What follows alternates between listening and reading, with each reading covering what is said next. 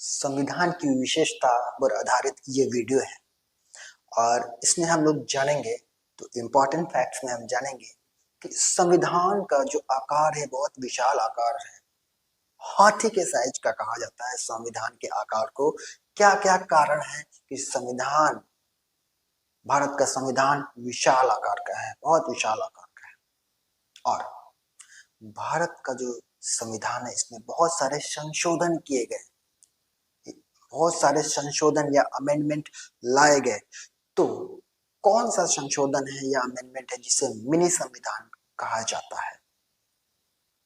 भारत के संविधान में राजनीतिक भाग है, दार्शनिक भाग है। ये सभी भागों को भारत के संविधान में कौन कौन से देश से प्रेरणा लिया गया और लिखा गया।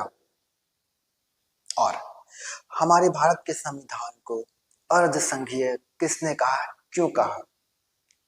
बहुत ही हाईलाइटेड मामला है केशवानंद भारती मामला। तो केशवानंद भारती मामला संविधान के कौन से अनुच्छेद को या आर्टिकल को चुनौती देता है? नमस्कार, संविधान की विशेषता। आज का हमारा वीडियो इसी पे आधारित है, जिसे अंग्रेजी में कहते हैं सैलिएंट फीचर्स ऑफ कॉन्स्टिट्यूशन। तो इस वीडियो में हम लोग जानेंगे संविधान की क्या क्या विशेषताएं हैं। नमस्कार, मैं पवन कुमार स्वागत करता हूं अपने इस YouTube चैनल पे। इसका नाम है पवन पॉलिटी पॉइंट। और काफी दिनों के बाद ये वीडियो मैं अपलोड कर रहा हूँ, थोड़ा बिजी हो गया था, लेकिन अब रेगुलर वीडियोस में पोस्ट करूंगा। तो रिक्वेस्ट है, लाइक शेयर और सब्सक्राइब करिएगा माय फ्रेंड्स। फिलहाल ये चार विशेषताएं, यही चारों विशेषताओं के बारे में इस वीडियो में हम चर्चा करेंगे। इसके बाद जो भी विशेषताएं हैं, सैलिएंट फीचर्स है, नेक्स्ट वीडियो में हम लोग उस पर चर्चा करेंगे। तो पहले ये जो संविधान है, इसका इंट्रोडक्शन, विशेषता का हम लोग जान लेते हैं। देखिए, हमारा जो भारत देश का संविधान है, बहुत सारे देशों के संविधान से ये उधार लिया गया है। भारत का संविधान विषय वस्तु और भावना में अद्वितीय है, जबकि हमारे देश के संविधान को बहुत सारे देशों के संविधान से उधार लिया गया है। बावजूद इसके भारत का संविधान अद्वितीय है और बाकी देशों के संविधान से भारत का संविधान बिल्कुल ही अलग और विशिष्ट है। देखिए, हमारा जो संविधान है 1949 में अपनाया गया, ये सभी जानते हैं 1949 में अपनाया गया। और अपनाने के बाद बहुत सारे इसमें संशोधन किए गए, बहुत सारे सुधार किए गए, बहुत संशोधन यानी कि अमेंडमेंट्स। तो इसमें से प्रमुख जो अमेंडमेंट्स है, संशोधन है, वो 7वां, 42वां, 44वां, 73वां, 74वां, 97 और 101वीं संशोधन है।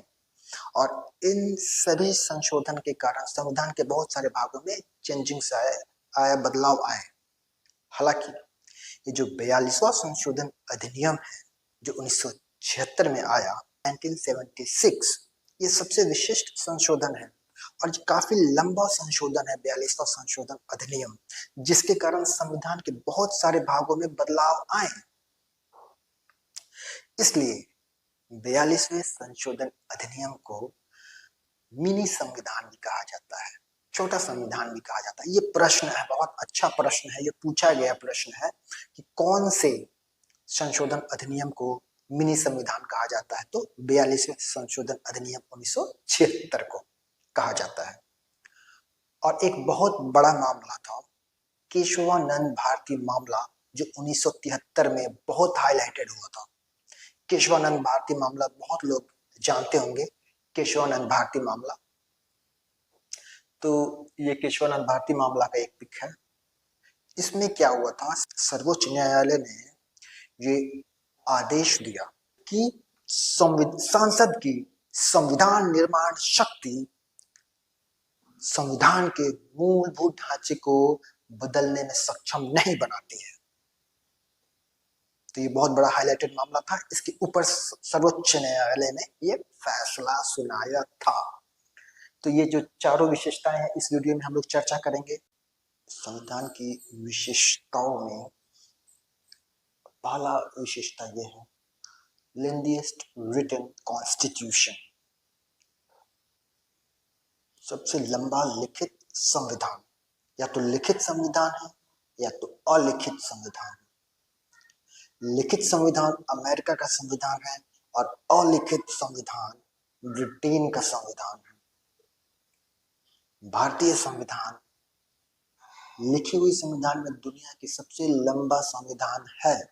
1949 में जो संविधान था उसमें 395 अनुच्छेद, 8 अनुसूचियां शामिल थी और 2019 तक 470 अनुच्छेद और 12 अनुसूचियां शामिल हो गई। ये जो संविधान है इसमें 1951 में संशोधन किए गए और संशोधन के बाद 20 अनुच्छेद को हटा दिया गया और एक भाग को भी हटा दिया गया, पर इसमें 95 अनुच्छेद को जोड़ा गया प्लस 4 भागों को भी जोड़ा गया, 4A, 9A, 9B और 14A। ये 4 भाग को भी जोड़ा गया और 4 अनुसूचियों को भी जोड़ा गया। ये भारतीय संविधान बहुत ही विशाल संविधान है, एलिफेंटाइन साइज भारतीय संविधान को। इसके 4 मुख्य कारण हैं। पहला कारण है भौगोलिक कारण। इसकी जो आकृति है बहुत बड़ा आकृति, विविधताएं भी है, तो ये पहला कारण। और दूसरा कारण है इसका ऐतिहासिक कारण। भारत सरकार अधिनियम 1935 के कारण ये बहुत सारे प्रावधान लिए गए थे भारत सरकार अधिनियम 1935 से। और जो तीसरा कारण है एक ही संविधान का राज्य और केंद्र में होना। और चौथी इसका कारण है कि संविधान सभा में एक से एक विद्वान, कानून के ज्ञाता लोग उपलब्ध थे। एक संविधान सभा में एक से एक कानूनी दिग्गज का प्रभुत्व था। देखिए भारत का जो संविधान है इसमें न केवल प्रशासन के अधिकार हैं, आते आते भारत का जो संविधान है इसमें न केवल शासन के सिद्धांत है बल्कि शासनों के भी बहुत सारे प्रावधान इसमें मौजूद है। और बाकी जो विकसित लोकतंत्र देश है उन देशों में जो भी साधारण कानून है, नॉर्मल कानून है, उन सभी को उनकी परंपराओं पर, उनके कल्चर पर छोड़ दिया गया है। लेकिन भारत के संविधान में इन चीजों को भी लिखित रखा गया है। यही कारण है कि भारत का संविधान काफी विस्तृत, काफी लंबा संविधान है। तो ये इसकी पहली विशेषता थी। अब आते हैं हम दूसरी विशेषता पे। ये पहली विशेषता थी, अब आते हैं दूसरी विशेषता पे। दूसरी विशेषता इसकी है, दूसरा विशेषता है drawn from various sources. Bharat के संविधान को बहुत सारे देशों के संविधान से लिया गया है। ज्यादातर भारतीय संविधान अधिनियम 1935 से लिया गया है। Doctor B.R. अम्बेडकर बहुत गर्व से कहते हैं हमारा जो संविधान है बहुत सारे देशों के संविधान को खोजकर गहन अध्ययन करके संविधान के मूल ढांचे को तैयार किया गया है। हमारा जो संविधान है इसका जो रचनात्मक भाग को लिया गया है भारत सरकार अधिनियम 1935 से। इसका जो दार्शनिक भाग है, फिलोसॉफिकल पार्ट है, वो उसकी प्रेरणा अमेरिका और आयरिश के संविधान से लिया गया है। और ये दार्शनिक भाग में क्या हम देखते हैं, हमारे मौलिक अधिकार दार्शनिक भाग में ही सम्मिलित है। और राजनीतिक भाग, देखिए इसका जो राजनीतिक भाग है इसकी प्रेरणा ली गई है ब्रिटेन के संविधान से। और राजनीतिक भाग में क्या क्या आता है, कैबिनेट सरकार, कार्यपालिका और विधायिका के बीच का संबंध। बहुत सारे प्रावधान और नियम और भी देशों से लिए गए हैं, जैसे कि कनाडा, ऑस्ट्रेलिया, जापान, इधर आ जाइए रसिया, फ्रांस, साउथ अफ्रीका और जर्मनी। इन 7 देशों से भी बहुत सारे नियम और प्रावधान लिए गए हैं। और हमारा जो भारत सरकार अधिनियम है 1935, इससे भी बहुत सारे प्रावधान लिए गए हैं, जैसे कि न्यायतंत्र, संघीय नीति, राज्यपाल, आपात अधिकार और लोक सेवा आयोग। तो ये सब चीजें भी भारत सरकार अधिनियम 1935 से लिया गया है। तो दूसरी विशेषता यही है कि हमारा संविधान लिया गया है। तो दूसरी विशेषता यही है कि हमारा संविधान बहुत सारे सोर्सेस से, बहुत सारे स्रोतों से लिया गया है। अब आते हैं तीसरी विशेषता पे, कठोर एवं लचीलापन। भारत का जो संविधान है वो ना तो कठोर है ना तो लचीलापन। पहले हम समझते हैं कि कठोर संविधान क्या होता है, रिजिड कॉन्स्टिट्यूशन क्या होता है।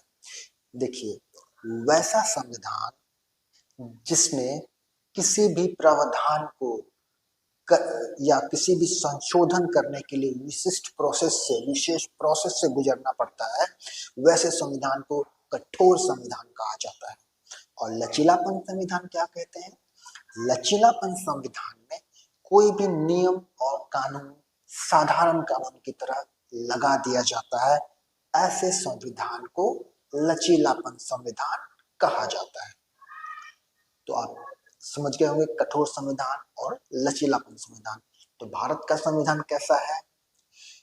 ये कठोर और लचीलापन दोनों का मिश्रण है भारत का संविधान। तो 68 के तहत पहला तात्पर्य क्या है कि किसी भी प्रावधान को लगाया जा सकता है संसद की विशेष बहुमत के द्वारा, पर 2/3 बहुमत दोनों सदनों में होने चाहिए और वोटिंग और बहुमत सभी सदस्यों की होनी चाहिए दोनों सदनों में। तो ये पहला तात्पर्य था अनुच्छेद 368 का। अनुच्छेद 368 का दूसरा तात्पर्य क्या है कि किसी भी प्रावधान को लगाया जा सकता है संसद की विशेष बहुमत के द्वारा, और किसी भी प्रावधान को लगाया जा सकता है तो राज्यों के सभी सदस्यों के आधे से अधिक बहुमत और संसद के विशिष्ट बहुमत के द्वारा किसी भी प्रावधान को लगाया जा सकता है। तीसरा विशेषता, कठोर एवं लचीलापन, यानी कि कॉन्स्टिट्यूशन, यानी कि blend of rigid and flexibility. तो ये तीसरा विशेषता था। अब आते हैं चौथी विशेषता पे। संविधान की विशेषता में पहली विशेषता देखी, दूसरी विशेषता देखा, तीसरा देखा। अब आते हैं चौथी विशेषता पे, और चौथा विशेषता है फेडरल सिस्टम विथ यूनिटरी बायस, एकात्मक झुकाव संघीय तंत्र के साथ। हमारा जो संविधान है वो संघीय तंत्र को स्थापित करता है। संविधान में संघीय तंत्र के ऊपर 2 विशेषताएं हैं, एक संविधान की संघीय तंत्र की विशेषता और दूसरा संविधान की असंघीय तंत्र की विशेषता। तो संविधान की जो संघीय तंत्र की विशेषता है वो क्या सम्मिलित करता है? 2 सरकार, शक्ति का विभाजन, संविधान की सर्वोच्चता, संविधान की कठोरता, स्वतंत्र न्यायतंत्र और द्विसदनीयता, बाइकैमरलिज्म, ये सभी संघीय तंत्र की विशेषताएं हैं। अब देखते हैं संविधान का जो असंघीय तंत्र है उसकी क्या क्या विशेषताएं हैं। और असंघीय तंत्र की विशेषता है मजबूत केंद्र, एक संविधान, एक नागरिकता, संविधान का लचीलापन, केंद्र के द्वारा राज्य में गवर्नर को चयनित करना, अपॉइंट करना, और आपात स्थिति का प्रावधान, इमरजेंसी पावर प्रोविजंस केंद्र के द्वारा। ये सब अर्धसंघीय की विशेषताएं हैं। ये जो संघ है, परिभाषित शब्द संघ अनुच्छेद 1 में कहा गया, आर्टिकल 1 अनुच्छेद 1 में कहा गया है भारत सभी राज्यों का संघ है, कि भारत सभी राज्यों का संघ है। इसके दो तात्पर्य हैं। तो पहला तात्पर्य क्या है कि सभी राज्यों की सहमति से भारत संघ बना है, ऐसा नहीं है। पहला तात्पर्य क्या है कि सभी राज्यों की सहमति से भारत संघ बना है, ऐसा नहीं है। और दूसरा, किसी भी राज्य को संघ से अलग होने की अनुमति नहीं है। दूसरा तात्पर्य क्या है, किसी भी राज्य को संघ से अलग होने की अनुमति नहीं है। ये जो संघ है और भारत का संविधान है, इसके ऊपर बहुत से लोगों ने टिप्पणियां करी है, अपना अपना स्टेटमेंट दिया है। कैनेथ क्लिंटन वेरे, ये एक प्रसिद्ध व्यक्ति हैं, कैनेथ क्लिंटन वेरे, केसी वेरे, इन्होंने भारतीय संघवाद के ऊपर ये अपना स्टेटमेंट दिया है कि भारत का जो संविधान वो संरचना में संघीय है और भावना में एकात्मक है, यानी कि अर्ध संघीय है, काशी फेडरल है, काशी फेडरेशन। ये किसने कहा था? कैनेथ क्लिंटन वेरे ने ये कहा था कि भारत का संविधान अर्ध संघीय है, क्वासी फेडरल है। एक और प्रसिद्ध व्यक्ति ने थे मॉरिस जॉनस। तो मॉरिस जॉनस ने कहा था कि भारतीय संविधान सौदेबाजी संघीय प्रणाली है, बार्गेनिंग फेडरल सिस्टम। तो बार्गेनिंग फेडरल सिस्टम, सौदेबाजी संघीय प्रणाली किसने कहा था? मॉरिस जॉनस ने। और ग्रैनविले ऑस्टिन ने क्या कहा था? कोऑपरेटिव फेडरेशन, सहकारी संघवाद। भारतीय संविधान को सहकारी संघवाद किसने कहा था? ग्रैनविले ऑस्टिन ने कहा था। तो ये सारी चीजें हैं, ये चौथी विशेषता। और कुछ कुछ प्रश्न भी हैं। देखिए, ये जो 4 विशेषताएं हैं संविधान की विशेषताओं में, कुछ प्रश्न हैं, उसके जवाब आप जरूर दीजिएगा।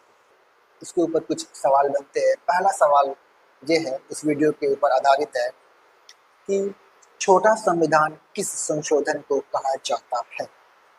छोटा संविधान किस संशोधन को कहा जाता है?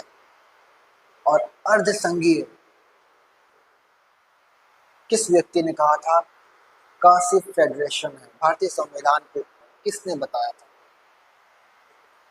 तो ये सब प्रश्नों के जवाब कमेंट में ही जरूर लिखिएगा। नमस्कार।